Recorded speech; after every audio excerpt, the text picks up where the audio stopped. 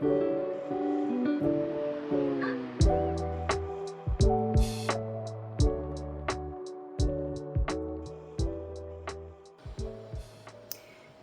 everyone, welcome back to my channel. I hope everyone had a great Thanksgiving, and today I wanted to review my pens that I focused on in the month of November. I must say that it was a good month. Overall, it was a good month. We're going to look at each one individually. I've already done writing samples for each one. What I pretty much do is after using each pen for a period of time, then I come and write down my thoughts at the moment if something comes to me. And now we can go through and review the pen and ink combination. First was my Scribo Sbiagio-Rosa. This has an 18 karat extra fine nib, and it is inked with Birmingham Pen Co. Petrified Wood. As you can see, this ink is quite interesting. It's on the ink swatch, it's pink with like green sheen in the background, but when it writes, it turns this lovely dusty pink color. This was a really good writing experience. I did enjoy it. The one thing about this pen, I got it in an extra fine, and for those of us that like extra fine nibs, it does not write like an extra fine. It writes more like, I guess more like a fine nib. But I do like it. It's quite stiff, the nib is. So that works for me. And we'll get into that more with other pens as well. I really enjoyed the pen ink combination for the most part. Okay, so is it comfortable? These are the things that I look at when I am reviewing my pens for myself. Yes, it is. There is quite the step up here. As you can see, there's quite a step up. But the good thing is that it's compensated for by this long grip section. So the step up does not interfere when I'm writing at all. You know, every blue moon, I may feel it under my fingers, but there's plenty of room that I can move my fingers down a little bit, and it's not an issue. So number one, it's beautiful. Number two, it's comfortable. Aesthetically, the pen ink combination, gorgeous. Closer look here. But this nib puts out a lot of ink. It was because I write, I'm not sure if these are 5 or 3 millimeter boxes. This notebook is the Hobonichi Techo Day Free. And I write small enough that I can write fully in each individual box. So that's why I prefer a finer nib. So what I found myself doing was writing more on the side of the nib. And I don't like to do that very often, but I had to do it every now and then because as you can see, it looked deeper when I first started writing with it. This has been a nice pen and ink combination. That sentence right there, see how much darker that is than down here? Down here, I started writing on like the oblique or the side of the nib. Here was just face on with the nib the correct way, what I call the correct way. Because I do know people that do write on the side of their nibs. I don't think it's a good or bad, right or wrong. If it is, it's your pen. You do what you want to do, right? You write with what's comfortable for you. But I would prefer if this nib was just a little finer, and I may get that adjusted sometime in the near future. So, love the pen and ink combination other than the fact that this was a wet enough ink that I felt like I put just a little bit too much ink on the page and I had to adjust my writing. But other than that, it was a great writing experience, and I would pair these two again. Again, I would just change the way I held the pen. Next is my Scribo Pioma. This has an 18 karat nib, and I had this ground by Pen Connoisseur to this is supposed to be a fine. Is this a fine nib? Yes, it is a fine, and I had it ground to a cursive italic. I will admit that I think maybe it just requires a drier ink. I had this inked with Diamine, Tyrian Purple, beautiful mauve slash purple. But if you can tell, there are places where there's just a lot of ink that went on the page, and it affected my writing. Not that I have the best writing, but yeah, it was like I had to write with such a light hand. It became annoying because this nib is also, in my opinion, quite flexible. So the Piyuma comes in 14 and 18 karat nibs. The 14 is, it's not a true flex, but it is quite flexible. This is the 18 karat. It's supposed to only have a little bounce. For me, I do like a firmer nib. And so anything with a little bit of flex really affects my writing, because if you're going to use a flex nib, you need large enough writing to appreciate that thick downstroke, right? And if you're writing pretty small like I do, it just turns into a blob on the page, if that makes sense. So that's why I'm not a fan of flex nibs for myself. If I had one, I would use it for headers where I'm writing larger, but I don't see myself paying money for a good pen. I mean, paying good money for a nice pen that has a really nice flex nib. And here's a close-up of the pen. And not be able to really appreciate that characteristic of it. But I think what I'm going to do is I'm going to ink this again with a drier ink to see if that helps, because I'm thinking this was just kind of a wet ink, and then I had this flexy wet nib, and I'm like, maybe if I have a drier ink, it can compensate and won't be as bad, because I did not enjoy this writing experience for that reason. So for this one, I love the pen and ink combination aesthetically. I don't know if it's the pen or if it's the ink. So therefore, I will explore this pen again with a different ink and see how it goes, because it just really hurts my heart. But if I cannot, if I have the same experience with the drier ink, I may need to rehome this, and this hurts my heart because, and I didn't say the comfort level, it is so super comfortable. It reminds me of the Leonardo Furore. It reminds me of that pen by the size, the style, the comfort level. It just hurts me to my heart, because I looked high and low for a particular purple toned pen, and this one has like burgundy wine chips, lighter purple, a very dark background, and I hope it's coming through on camera. I can see it clearly in person. It may look like a black background on camera, but it's not. Trust me, it's not. So yeah, I'm kind of out on this one. I need to try it again. I need to explore it a little bit more, and then I can make a decision on if I'm going to keep this pen. Speaking of, next is my Leonardo Furore in the deep purple. This has a fine rose gold nib and trim. I had been wanting to try this particular Leonardo model, and I finally went ahead and took the plunge and got it. And what I love about this pen, number one, the resin itself is just gorgeous. Excuse me, it's just gorgeous. I love how it goes from the lighter purple with what do you call it, the chatoyance of this part of the body, and then it just goes deeper right here and back. And I was just so excited because I figured out how to line it up. I'm type A. Yes, I love that. But I had it inked with Sailor Shikiori Kamashika, which is a gorgeous dusty pink.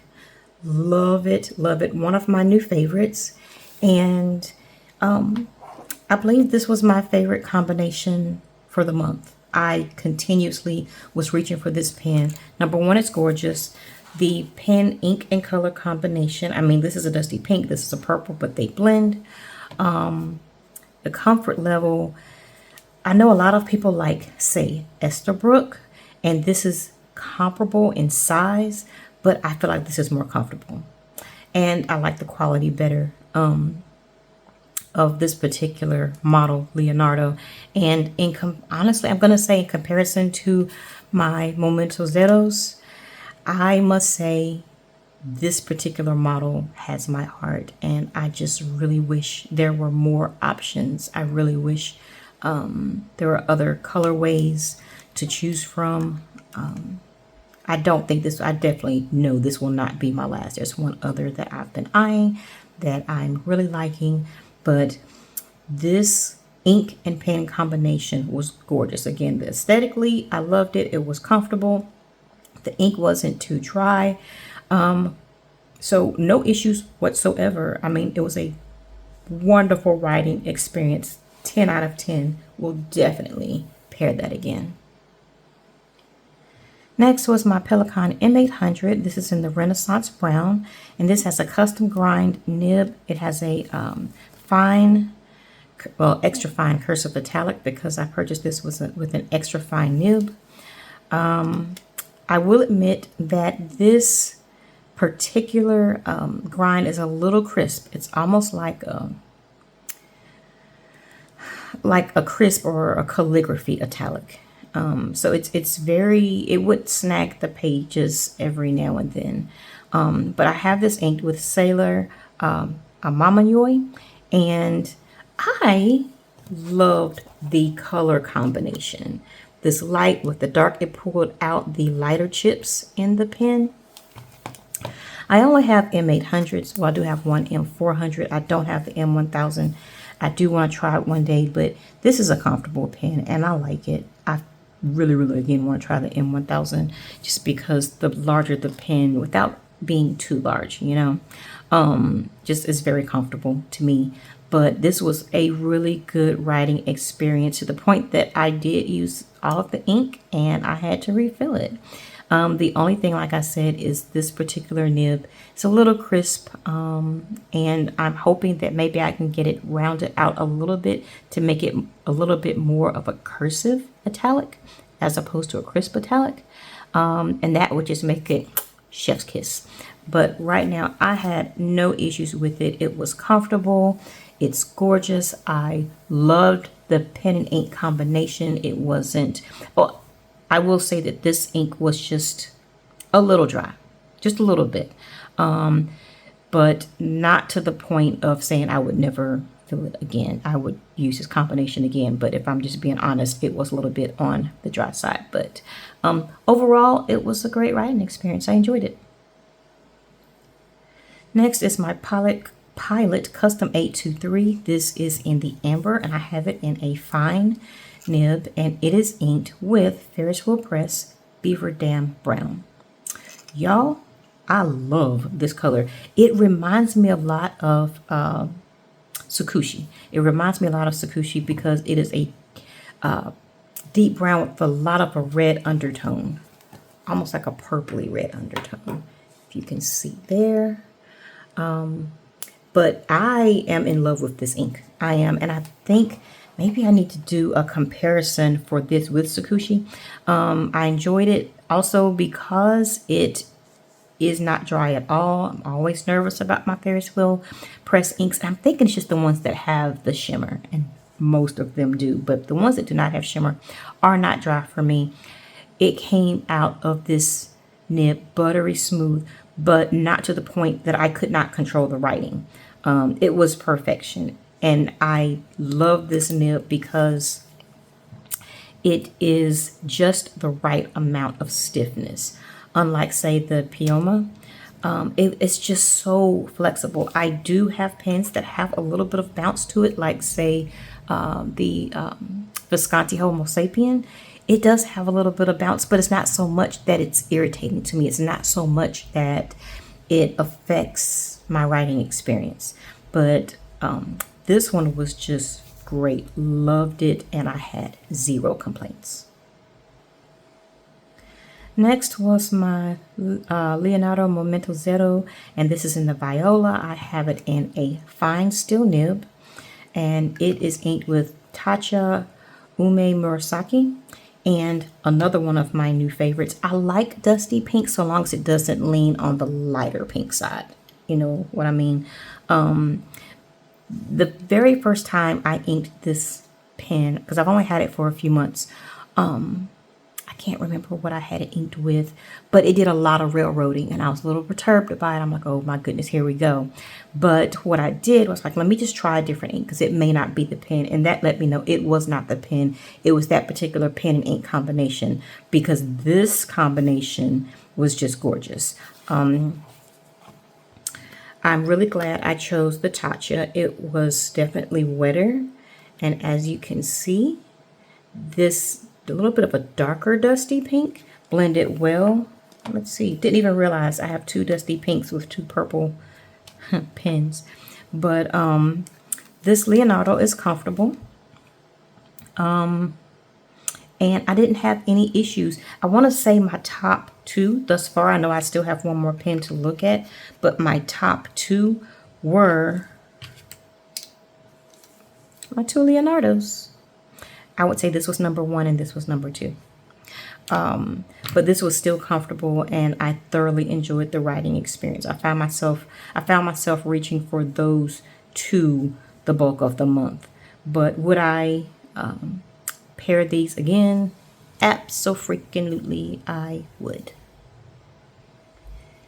And lastly, my Santini Italia Libra in the Capri colorway. This is in an extra fine, and it is inked with Pilot Iroshizuku Inaho.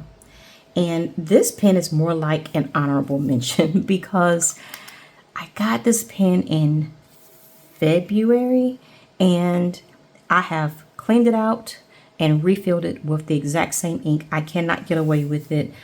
Excuse me, I get away from it. But I just adore the combination. Like, come on, Tiff, let's try something different. But it's okay. I mean, I really dig this particular ink with this pen.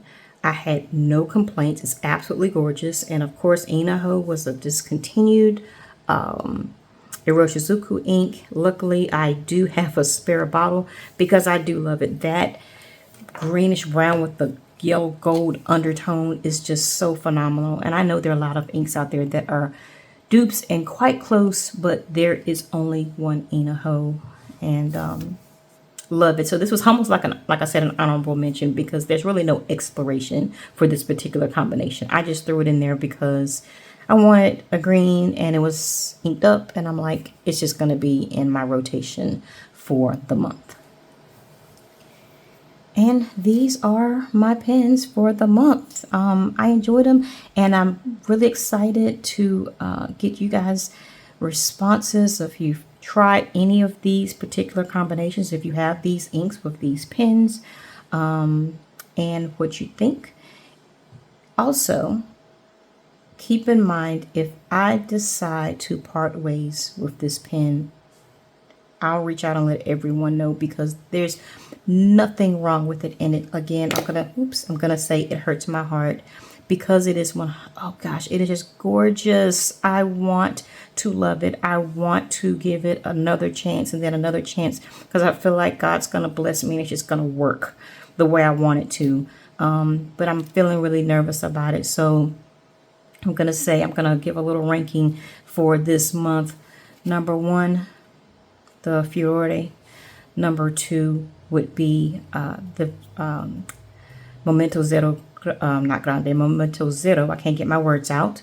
And the Viola. And I think I'm going to say number three would be the Pilot Custom 823. Those were my three top favorite writing experiences for the month. So anyway, thank you guys for hanging in there and going through this review with me, and I hope you enjoyed. Feel free to comment and don't forget to like, consider subscribing, and I will talk to you guys later. Bye.